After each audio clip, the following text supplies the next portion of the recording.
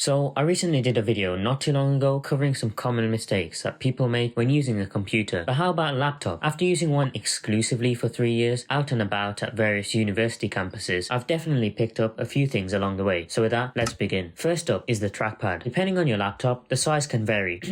However, this should not stop you from utilizing it to its full potential. Though MacBooks generally have the best trackpads in the game with all their fancy gestures, Windows still has a few basic ones that most people don't always utilize. Zooming in and out, swiping your browser to go backwards and forwards, 2-finger tap for right click, 3-finger tap for opening links in new tabs quickly, swiping with 2 fingers. Okay, this one is a bit excessive, but you'd be surprised how many people I've seen in offices dragging the scroll bar downwards as opposed to just swiping with 2 fingers. If this is you, no, just make sure this is not you. Anyway, trackpad customization can be found in the Windows settings, so be sure to check this out and customize it as needed. The most customization though can be found in the Advanced Gestures tab, where you have quite a few options in regards to the drop downs. Oh, and a final quick note on trackpads, don't use one hand to click and the second hand to move your cursor around. Like, it's 2024 for goodness sake. Talking of which, another mistake that people make is bringing a mouse along with you. Hear me out here. If you're doing some hardcore gaming on your laptop or using a special application that uses a mouse, then this is reasonable, but don't just bring a mouse along just to do basic tasks like browsing the web and writing Word documents. It is meant to be a laptop and a portable all-in-one device after all. So yeah, just spend some time getting comfortable with using the trackpad as mentioned previously. Unless your trackpad looks like this, then fair enough. I mean, you can always use a mouse and keyboard when you're at your main desk and connected to a dock by all means. Pressing shutdown all the time. You do know that you can just close the lid of your laptop, right? This way, it doesn't take you ages to start up again from power on. This is not to say that you should never turn your laptop off either. That's another mistake. You should definitely turn it off if you're going to be away from it for a couple of days or longer, but even then, most laptops have a hibernation mode, so you should be good either way. Next is keeping the laptop charger connected 24/7, especially if it's not being used. I mean, if you want to not have a battery anymore, then this is highly recommended. But yeah, just keep your battery between 20 and 80% to ensure that its health and capacity remain higher for longer. I've got this app on my laptop, which is a battery percentage app, which not only allows me to keep track of my battery percentage with a quick glance, but also provides me with a notification